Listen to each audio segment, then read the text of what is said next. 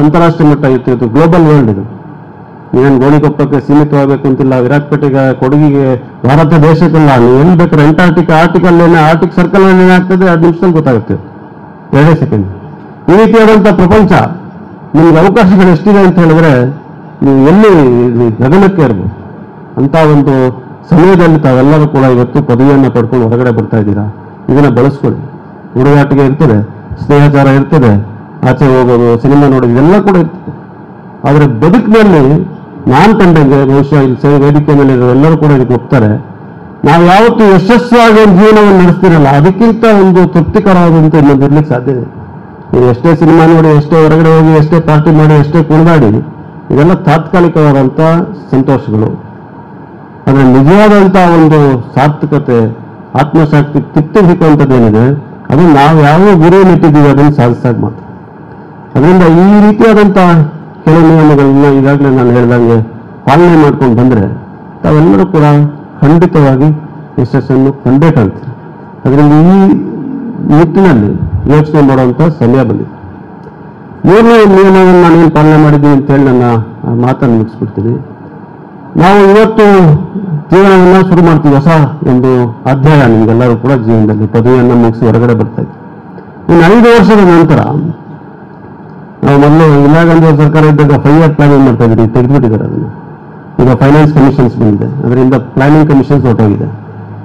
ಆ ರೀತಿಯಾಗಿ 5 ವರ್ಷದ ನಂತರ ನನ್ನಲ್ಲಿ ಬಂದಂಥ ಇಂಟರ್ನ್ಶಿಪ್ ಮಾಡಲಿಕ್ಕೆ ಹಲವಾರು ಮಕ್ಕಳು, ಬಹುಶಃ ನನ್ನ ಕಚೇರಿಯಲ್ಲಿ, ನಾನು ಅಡ್ವೊಕೇಟ್ ಜನರಲ್ ಆಗಿ ನನ್ನ ಸ್ವಂತ ಕಚೇರಿಯಲ್ಲಿ 1000 ಮಕ್ಕಳಿಗಿಂತ ಹೆಚ್ಚು ವಿದ್ಯಾರ್ಥಿಗಳು ಬಂದು ನನ್ನಲ್ಲಿ ಇಂಟರ್ನ್ಶಿಪ್ ಮಾಡಿದ್ದಾರೆ. ಅವ್ರು ನನ್ನಲ್ಲಿ ಬಿಡ್ತಾ ಕೇಳೋರು. ನಾನು ಅವ್ರ ಮುಂದೆ ಹೇಳ್ತೇನೆ, ನಮಗೆ ಒಂದು ಮುನ್ನಾಲೋಚನೆ ಅನ್ನೋದಿರ್ಬೇಕು. ಮುನ್ನಾಲೋಚನೆ 5 ವರ್ಷದ ನಂತರ ನಾನು ಪದವಿಯನ್ನು ಮುಗಿಸಿದ್ದೀನಿ, 5 ವರ್ಷದ ನಂತರ ನಾನು ಎಲ್ಲಿರಬೇಕು ಅಂತ ಹೇಳುವಂಥ ಆಲೋಚನೆ ನಿಮಗೆ ಇವತ್ತೇ ಇರಬೇಕು. ಅಲ್ಲಿ ನೀವು ಹೋಗಿ ಅಲ್ಲಿ ಆ ಸಾಧನೆ ಮಾಡ್ಬೋದು, ಮಾಡದೇ ಇರ್ಬೋದು, ಪ್ಲಾನ್ ಇರಬೇಕು. ನಾನು 5 ವರ್ಷದ ನಂತರ ವಕೀಲನಾಗಿದ್ದರೆ ಈ ಮಟ್ಟದ ಪ್ರಮಾಣದ ವಕಾಲತ್ತನ್ನು ವಹಿಸಿರ್ತೀನಿ ಅಂತ ಹೇಳುವಂಥ ಒಂದು ಮುನ್ನಾಲೋಚನೆ. ಅದಾಗಲಿಲ್ವಾ ಪ್ಲಾನ್ ಬಿ ಆಗಿಲ್ವಾ ಪ್ಲಾನ್ಸ್. ಈ ರೀತಿಯಾದಂಥ ವಿಷನ್ ಇಟ್ಕೊಂಡು, ಮುನ್ನಾಲೋಚನೆ ಇಟ್ಕೊಂಡು 3 ರಿಂದ 4 ನಿಮ್ಮ ಯೋಜನೆಗಳನ್ನು ರೂಪಿಸಿಟ್ಕೊಂಡ್ರೆ ಖಂಡಿತವಾಗಿ ತಾವೆಲ್ಲರೂ ಯಶಸ್ಸನ್ನು ಕಾಣ್ತೀವಿ. ಬಹಳ ಒಂದು ಶಿಸ್ತುಬದ್ಧವಾದಂಥ ಸಂಸ್ಥೆಯಲ್ಲಿ ನಿಮ್ಮ ವಿದ್ಯಾಭ್ಯಾಸ ಮಾಡಲಿಕ್ಕೆ ಅವಕಾಶ ಸಿಕ್ಕಿದೆ. ಹೆಚ್ಚು ಶಿಸ್ತಿನಿಂದ, ಬಹಳ ತಾಳ್ಮೆಯಿಂದ ತಾವೆಲ್ಲ ಕೂಡ ಮಕ್ಕಳು ಕೂತು ನಿಮ್ಮೆಲ್ಲ ಮಾತನ್ನು ಕೇಳ್ತಾ ಇದ್ದೀರಾ. ಇದರಲ್ಲೇ ನಿಮ್ಮ ಮೊದಲನೇ ಹೆಜ್ಜೆ ಯಶಸ್ಸಿನ ಕಡೆ ಇದೆ ಅಂತ ಹೇಳಿ ಬಯಸ್ತೇನೆ. ಇಲ್ಲಿಯ ಪ್ರಾಂಶುಪಾಲರಿಗೆ, ಶಿಕ್ಷಕರಿಗೆ, ಸಿಬ್ಬಂದಿ ವರ್ಗದವರಿಗೆ ಎಲ್ಲರಿಗೂ ಕೂಡ ನಾನು ಅಭಿನಂದನೆಗಳನ್ನು ಸಲ್ಲಿಸ್ತೇನೆ. ನೀವು ತಮ್ಮದೇ ಆದಂಥ ನಿಯಮಗಳನ್ನು ರೂಪಿಸಿ, ನಾನು ಹೇಳಿದ್ದು ಸರಿ ಅಂತ ನಾನು ಹೇಳೋಕ್ಕಾಗೋದಿಲ್ಲ, ಆದರೆ ಅವರವರ ಜೀವನಕ್ಕೆ ಸರಿಯಾಗುವಂಥ ನಿಯಮಗಳನ್ನು ರೂಪಿಸಿಕೊಂಡು ಅದನ್ನು ಪಾಲನೆ ಮಾಡಿ, ಕೆಲವು ಶಿಷ್ಟಾಚಾರವನ್ನು, ಶಿಸ್ತನ್ನು ಪಾಲನೆ ಮಾಡ್ಕೊಂಡು ಬಂದರೆ ನಿಮ್ಮ ಭವಿಷ್ಯ ಅತಿ ಹೆಚ್ಚು ಉಜ್ವಲವಾಗಿದೆ. ಒಳ್ಳೆ ಅವಕಾಶಗಳು ದೊರಕುವಂಥ ಉತ್ತಮವಾದಂಥ ವಾತಾವರಣ ಇವತ್ತು ದೇಶದಲ್ಲಿ ಕೂಡ ಇದೆ. ಅದನ್ನು ಬಳಸ್ಕೊಳ್ಳಿ, ಒಳ್ಳೆ ಜೀವನವನ್ನು ನಡೆಸಿ. ಆ ತಾಯಿ ಕಾವೇರನ್ನೇ ಇಗುತ್ತಪ್ಪ ನಿಮಗೆಲ್ಲರಿಗೂ ಕೂಡ ಆಶೀರ್ವಾದಿಸಲಿ, ಒಳ್ಳೆದನ್ನು ಮಾಡಲಿ ಅಂತ ಹೇಳಿ ಇಲ್ಲಿ ಕರೆದು ಈ ಕಾರ್ಯಕ್ರಮದಲ್ಲಿ ಭಾಗವಹಿಸಲಿಕ್ಕೆ ಅವಕಾಶ ಮಾಡಿಕೊಟ್ಟಂತ ಆಡಳಿತ ಮಂಡಳಿಗೆ ತಮಗೆಲ್ಲರಿಗೂ ಕೂಡ ವಂದಿಸಿ ನನ್ನ ಮಾತನ್ನು ಮುಗಿಸ್ತೇನೆ.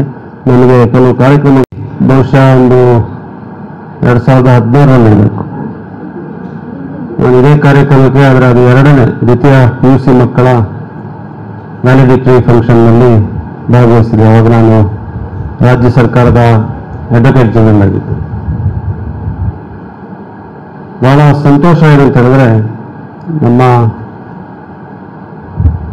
ನಾಡಿನ ಕುಲದೇವಿಯ ಹೆಸರಿನಲ್ಲಿ ಆರಂಭವಾಗಿ ಇವತ್ತು ಹಲವು ದಶಕಗಳಿಂದ ಸಮಾಜಕ್ಕೆ ದೊಡ್ಡ ಕೊಡುಗೆಯನ್ನು ಕೊಟ್ಟಂತ ಸಂಸ್ಥೆ, ತಾಯಿ ಕಾವೇರಿ ಹೆಸರಲ್ಲಿ ನಡ್ಕೊಂಡು ಬಂದಿರುವಂಥ ಒಂದು ಸಂಸ್ಥೆ. ಇಲ್ಲಿಂದ ಪ್ರಾಂಶುಪಾಲರು ತಮ್ಮ ವರದಿಯನ್ನು ಓದ್ತಾ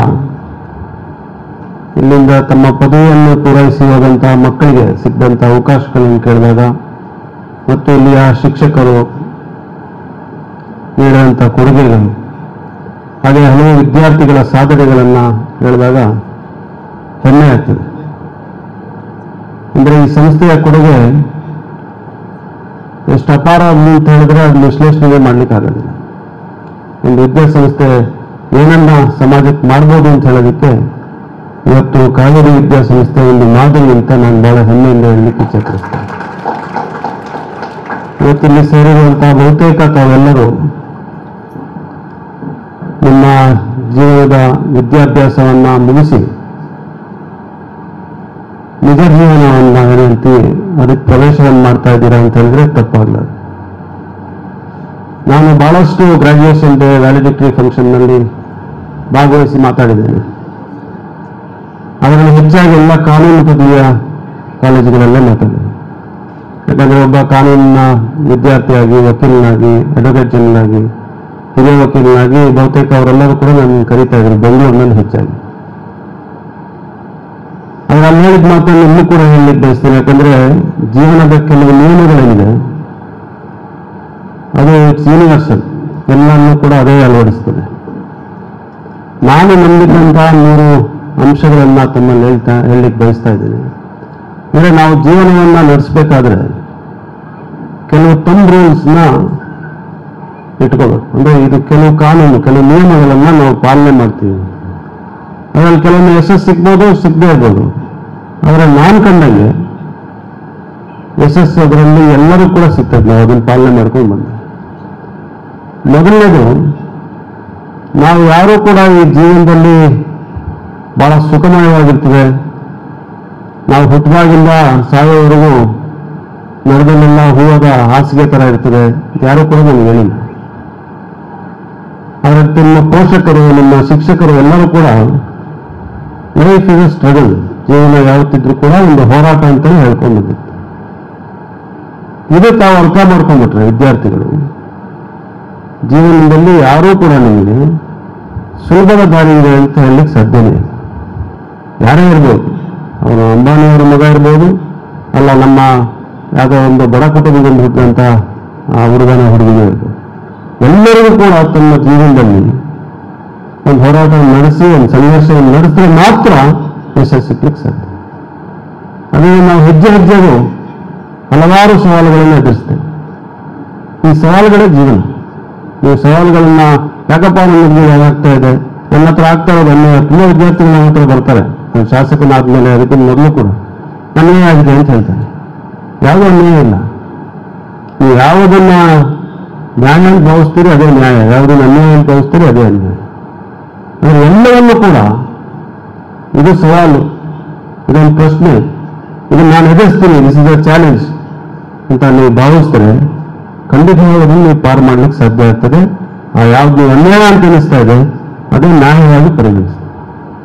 ಅದೇ ನೀವು ಯಾವ ಘಟನೆಗಳು ನಿಮ್ಮ ಜೀವನದಲ್ಲಿ ನಡ್ಕೊಂಡು ಬರ್ತದೆ, ಅದು ಯಾವ ದಿಕ್ಕಿನಿಂದ ನೋಡ್ತೀರಾ, ಯಾವ ದೃಷ್ಟಿಕೋನದಿಂದ ನೋಡ್ತೀರಾ, ಅದು ಮುಖ್ಯ. ಅದರಿಂದ ಜೀವನ ಒಂದು ಸಂಘರ್ಷ. ಇದರಲ್ಲಿ ಬರುವಂತ ಎಲ್ಲ ಸವಾಲುಗಳನ್ನ ಎದುರಿಸಿ ಅದನ್ನ ಪಾರು ಮಾಡಿದ್ರೆ ಮಾತ್ರ ಯಶಸ್ಸು ನಮಗೆ ಅಂತ ಹೇಳುವಂತ ಒಂದು ಭಾವನೆಯನ್ನ, ಚಿಂತನೆಯನ್ನ ತಾವೆಲ್ಲರೂ ಕೂಡ ಅಳವಡಿಸ್ಕೊಂಡ್ರೆ ಖಂಡಿತವಾಗಿ ಬಹಳ ಸುಗಮವಾದಂಥ ಜೀವನ, ಯಶಸ್ಸಿನ ಜೀವನವನ್ನ ತಾವು ನಡೆಸಲಿಕ್ಕೆ ಸಾಧ್ಯ. ಇದು ಮೊದಲನೇ ನನ್ನ ತಂದೆ ನಾನು ಜೀವನದಲ್ಲಿ ಪಾಲನೆ ಮಾಡಿದೆ. ಎರಡನೇದು, ನಮಗೆ ಎಲ್ಲರೂ ಅದೃಷ್ಟ ಅನ್ನೋದು ಅಂತ ಹೇಳ್ತಾರೆ, ಲಕ್ ಅಂತ ಹೇಳ್ತಾರೆ. ನಾನು ಲಕ್ ಅನ್ನುವಂಥ ಶಬ್ದದಲ್ಲಿ ವಿಶ್ವಾಸವನ್ನೇ ಇಟ್ಟಿಲ್ಲ. ಹಾಗಾಗಿ ಲಕ್ ಅನ್ನೋದಿದ್ರೆ ಕೆಲವ್ರಿಗೆ ಮಾತ್ರ ಯಶಸ್ಸು ಸಿಗುತ್ತೆ, ಕೆಲವ್ರಿಗೆ ಮಾತ್ರ ಯಶಸ್ಸು ಸಿಗೋದಿಲ್ಲ ಅಂತ ಹೇಳುವಂಥದ್ದು ಇದೆಯಲ್ಲ, ಅದು ಲಕ್ ಅಂತಾದ್ರೆ ಮತ್ತೆ ನಾವು ಜೀವನದಲ್ಲಿ ಶ್ರಮೆ ಪಡೋದಕ್ಕೆ, ನೀವು ಇಷ್ಟೆಲ್ಲ ವಿದ್ಯಾಭ್ಯಾಸ ಮಾಡೋದಕ್ಕೆ, ನಿಮ್ಮ ಶಿಕ್ಷಕಿಯರು ಅವರು ಶ್ರಮೆ ಪಟ್ಟು ನಿಮಗೆ ಓದಿಸಿರೋದಕ್ಕೆ, ನಿಮ್ಮ ಪೋಷಕರು ನಿಮ್ಮನ್ನ ಬೆಳೆಸಿರೋದಕ್ಕೆ ಇದ್ಯಾವುದೂ ಕೂಡ ಅರ್ಥನೇ ಇರೋದಿಲ್ಲ. ನೀವು ಲಕ್ ಇದ್ರೆ ಚೆನ್ನಾಗಾಗ್ತದೆ, ಆಗಿಲ್ಲ ಅಂದ್ರೆ ಮನೇಲಿ ಇರ್ತೀನಿ ಟಿವಿ ನೋಡ್ಕೊಂಡು ಅಂತ. ನನ್ನ ವಿಶ್ಲೇಷಣೆಯಲ್ಲಿ ನಾವು ಅದೃಷ್ಟ ಅಂತ ಏನು ಹೇಳ್ತೀವಿ, ಅದಕ್ಕೆ 2 ಅಂಶಗಳಿದೆ. ಒಂದು, ನಮಗೆ ಅವಕಾಶಗಳು ಸಿಗ್ತದೆ, ಆಪರ್ಚುನಿಟಿನೂ ಲಕ್ಕಿಗೂ ಬಹಳ ವ್ಯತ್ಯಾಸ ಇದೆ. ಎಲ್ಲರಿಗೂ ಕೂಡ ಅವಕಾಶಗಳು ಸಿಗುತ್ತೆ. ಇಂಗ್ಲಿಷ್ನಲ್ಲಿ ಒಂದು ಹೇಳಿಕೆ ಇದೆ, ಆಪರ್ಚುನಿಟಿ ನಾಕ್ಸ್ ಓನ್ಲಿ ಒನ್ಸ್ ಅಂತ. ಒಂದೇ ಸತಿ ಬರ್ತದೆ ಅವಕಾಶ. ಈ ಅವಕಾಶ ಬಂದಾಗ, ಇದು ನನ್ನ ಜೀವನದಲ್ಲಿ ಬರ್ತಾ ಇರುವಂತ ಅವಕಾಶ ಅಂತ ಗುರುತಿಸಬೇಕಾದ್ರೆ ನೀವು ಸಿದ್ಧತೆಯನ್ನು ಮಾಡ್ಕೊಂಡಿರ್ಬೇಕು. Opportunity plus preparation is equal to luck. ಅವಕಾಶ ಬಂದಾಗ ಅದನ್ನು ಗುರುತಿಸೋದಕ್ಕೆ ನೀವು ಪೂರ್ವ ಸಿದ್ಧತೆಯನ್ನು ಮಾಡಿದ್ರೆ ಆ ಅವಕಾಶವನ್ನು ಗ್ರ್ಯಾಬ್ ದಟ್ ಆಪರ್ಚುನಿಟಿ ಅದು ನಿಮ್ಮನ್ನು ಯಶಸ್ಸು ಕಡೆ ತಗೊಂಡು ಹೋಗ್ತದೆ. ಇದು ಎರಡನೇ ನಿಯಮ. ಸಣ್ಣ ಉದಾಹರಣೆ ಕೊಟ್ಬಿಡ್ತೀವಿ. ನಮ್ಮಲ್ಲಿ ನನ್ನನ್ನು ಇಂಟ್ರಡ್ಯೂಸ್ ಮಾಡ್ತಾ ಸ್ಟೂಡೆಂಟ್ ಯೂನಿಯನ್ನ ಅವರು ಹೇಳಿದರು ಒಂದು FDT ಟ್ಯಾಕ್ಸ್ ಕೇಸ್ ಬಗ್ಗೆ. ಅದು 4 ಸಿದ್ದರಾಮಯ್ಯನವರ ಹಿಂದಿನ ಸರ್ಕಾರದಲ್ಲಿ ನಾನು ಹೆಚ್ಚುವರಿ ಅಡ್ವೊಕೇಟ್ ಜನರಲ್ ಆಗಿದ್ದೆ. 4,500 ಕೋಟಿ ಫಾರೆಸ್ಟ್ ಡೆವಲಪ್ಮೆಂಟ್ ಟ್ಯಾಕ್ಸ್ ಅಂತ ತೆರಿಗೆಯನ್ನು ಸರ್ಕಾರ ಮೈನಿಂಗ್ ಆಕ್ಟಿವಿಟಿ ಮೇಲೆ ಹಾಕಿದ್ರು, ಐರನ್ ಓರ್ ಮೈನಿಂಗ್ ಆಕ್ಟಿವಿಟಿ. ಅದು ಹೆಂಗೆ ಎದುರು ಕೊಡಬೇಕು, ಟ್ಯಾಕ್ಸ್ ಹಾಕ್ಲಿಕ್ಕೆ ನಿಮಗೆ ಅಧಿಕಾರ ಇಲ್ಲ ರಾಜ್ಯ ಸರ್ಕಾರಕ್ಕೆ ಅಂತೇಳಿ ಪ್ರಕರಣ ನಡೀತಾರೆ. ನಾವು ಟ್ಯಾಕ್ಸ್ನಲ್ಲಿರುವಂಥ ಯಾರೊಬ್ಬರು ಎಕ್ಸ್ಪರ್ಟ್ನ ಕರ್ಕೊಂಡ್ಬನ್ನಿ ಅಂತ ಮುಖ್ಯಮಂತ್ರಿಗಳು ಕರೆದು ನನಗೆ ಡೆಲ್ಲಿಗೆ ಕಳಿಸ್ತಿದ್ದೆ. ನಾನು ದೆಹಲಿನಲ್ಲಿ 1 ವಾರ ಇದ್ದೆ.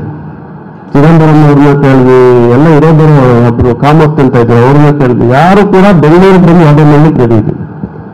ಆದರೆ ಮೈನಿಂಗ್ ಕಂಪನೀಸ್ ಅಂದರೆ ದೊಡ್ಡ ದೊಡ್ಡ ಕಂಪನಿಗಳು, ಎಲ್ಲ ಲಕ್ಷಾಂತರ ಕೋಟಿ ರೂಪಾಯಿ ಇರುವಂಥ ಕಂಪನಿಗಳು. ಅವ್ರಿಗೆ ಇರುವಂಥ ಎಲ್ಲ ಲಾಯರ್ಗಳು, ನಾರಿಮನ್ನಿಂದ ಹಿಡಿದು ಸೋನಿ ಸ್ವರಾಜ್ಯದಿಂದ ಹಿಡಿದು ಎಲ್ಲರೂ ಕೂಡ ಅವ್ರಿಗೆ ಲಾಯರ್ಗಳು. ಈಗ ಸರ್ಕಾರಕ್ಕೆ ಲಾಯರ್ ತರಬೇಕು ಅಂತ ಕೊನೆಗೆ ಅಡ್ವೊಕೇಟ್ ಜನರಲ್ ರವಿವರ್ಮ ಕುಮಾರ್ ಅವರಿಗೆ ನೀವೇ ವಾದ ಮಾಡಿ ಅಂತ ಹೇಳಿದ್ರು ಮುಖ್ಯಮಂತ್ರಿಗಳು. ರವಿವರ್ಮ ಕುಮಾರ್ ಅವರು ವಾದ ಮಾಡ್ತೀವಿ ಅಂತೇಳಿ ನನಗೆ ಫೈಲ್ಗಳೆಲ್ಲ ಕೊಟ್ಟರು. ನಾವು ವಕೀಲರಾಗಿ ವಾದ ಮಾಡುವಂಥ ಪ್ರಕರಣವನ್ನು ಯಾವ ರೀತಿ ತಯಾರಿ ಮಾಡ್ಕೊಳ್ತೀವಿ ಅದು ಬೇರೆ. ಹಿರಿಯ ವಕೀಲರು ವಾದ ಮಾಡಲಿಕ್ಕೆ ನಾವು ಅವ್ರಿಗೆ ಜೊತೆಗೆ ನಿಂತಾಗ ತಯಾರಿ ಆಗ್ತದೆ ಮಾಡ್ಕೊಳ್ತೀವಿ ಅದು ಬೇರೆ. ಆದರೆ ನಾನು ಆ ಪ್ರಕರಣದಲ್ಲಿ ಸಂಪೂರ್ಣವಾಗಿ ವಾದ ಮಾಡಲಿಕ್ಕೆ ಯಾವ ಥರ ತಯಾರಿಯನ್ನು ಮಾಡ್ಕೋಬೇಕು ಆ ಥರ ಮಾಡ್ಕೊಂಡಿದ್ದೆ. ರವಿವರ್ಮ ಕುಮಾರ್ ಅವರು ಏನೋ ಸಂದರ್ಭ ಬಂತು, ಅವ್ರು ರಾಜೀನಾಮೆ ಕೊಟ್ಟರು ಪ್ರಕರಣದ ಮಧ್ಯದಲ್ಲಿ. ಮುಖ್ಯ ನ್ಯಾಯಾಧೀಶರು ಒಂದೇ 1 ನಿಮಿಷ ಕೂಡ ನಾನು ಸಮಯ ಕೊಡೋದಿಲ್ಲ, ಪ್ರಕರಣವನ್ನು ವಾದ ಮಾಡಿ ಅಂತ. ನಾನು ತಯಾರಾಗಿದ್ದೆ, ವಾದ ಮಾಡಲಿಕ್ಕೆ ನನಗೆ ಆಸಕ್ತಿ ಇತ್ತು, ಉತ್ಸಾಹದಿಂದ ಕಾಯ್ತಾ ಇದ್ದೆ ಅವಕಾಶ ಸಿಗುತ್ತೆ ಅಂತ. ಅವಕಾಶ ಬಂತು. ನಾನು ಆ ಪ್ರಕರಣವನ್ನು ಅವತ್ತು ಬಹುಶಃ 37-38 ವಯಸ್ಸಿನಲ್ಲಿದ್ದೇನೆ. ಅಂಥ ದೊಡ್ಡ ಪ್ರಕರಣವನ್ನು ಮುಖ್ಯ ನ್ಯಾಯಾಧೀಶರ ಮುಂದೆ ನನ್ನ ಎದುರಾಳಿಗಳು ನವದೆಹಲಿಯಿಂದ ಬಂದಂಥ ಎಲ್ಲ ದೊಡ್ಡ ದೊಡ್ಡ ವಕೀಲಿ ಅವರೆಲ್ಲ ನಾವು ಫೋಟೋ ಇಟ್ಕೊಂಡು ಅವರ ಪುಸ್ತಕವನ್ನು ಓದಿ ಬೆಳೆದಂಥವ್ರು, ಅವ್ರು ನನ್ನ ಎದುರಾಳಿಗಳು. ಆ ಪ್ರಕರಣವನ್ನು ವಾದ ಮಾಡಿ ಬಹಳ ಹೆಚ್ಚು ಹೆಸರು ಗಳಿಸಲಿಕ್ಕೆ ನನಗೆ ಸಾಧ್ಯ ಆಯಿತು. ನಾನು ಯಾಕೆ ಹೇಳ್ತಾ ಇದ್ದೀನಿ ಅಂತ ಹೇಳಿದ್ರೆ, ನಾನು ತಯಾರಾಗಿರಲಿಲ್ಲ ಅಂತ ಹೇಳಿದ್ರೆ ಆ ಅವಕಾಶ ಕೂಡ ಬರ್ತಾ ಇದೆ ನನಗೆ ಸಾಧಿಸಲಿಕ್ಕೆ ಅಂತ ಹೇಳಿ ಇನ್ನೂ ಗುರುಸ್ತಾ ಇರಲಿಲ್ಲ, ವಾದನೆ ಮಾಡೋಕ್ಕಾಗ್ತಾ ಇರಲಿಲ್ಲ. ನೋಡಪ್ಪ ನನ್ನ ಬ್ಯಾಡ್ ಲಕ್ ಅಂತ ಹೇಳ್ಕೊಂಡು ಹೋಗ್ತಾರೆ. ಅದರಿಂದ ನಾವು ಯಾವತ್ತೂ ಕೂಡ ಯಾವಾಗ ಯಾವ ಸಂದರ್ಭ ನಿರ್ಮಾಣ ಆಗ್ತದೆ ಯಾರು ಹೇಳಕ್ಕಾಗೋದಿಲ್ಲ. ಅವಕಾಶಗಳು ಬರ್ತದೆ, ಬಂದಾಗ ಅದನ್ನ ಎರಡೂ ಕೈಯಿಂದ ಹಿಡ್ಕೊಂಡು ನಮ್ಮ ಜೀವನ ಮುಂದೆ ತೆರೆಸ್ಕೊಂಡು ಹೋಗೋದಂತೆ ಅದನ್ನು ಪಾಲನೆ ಮಾಡಿದ್ರೆ ಖಂಡಿತವಾಗಿ ತಮ್ಮೆಲ್ಲರ ಭವಿಷ್ಯ ಬಹಳ ಹೆಚ್ಚು ಉಜ್ವಲ ಆಗಿದೆ.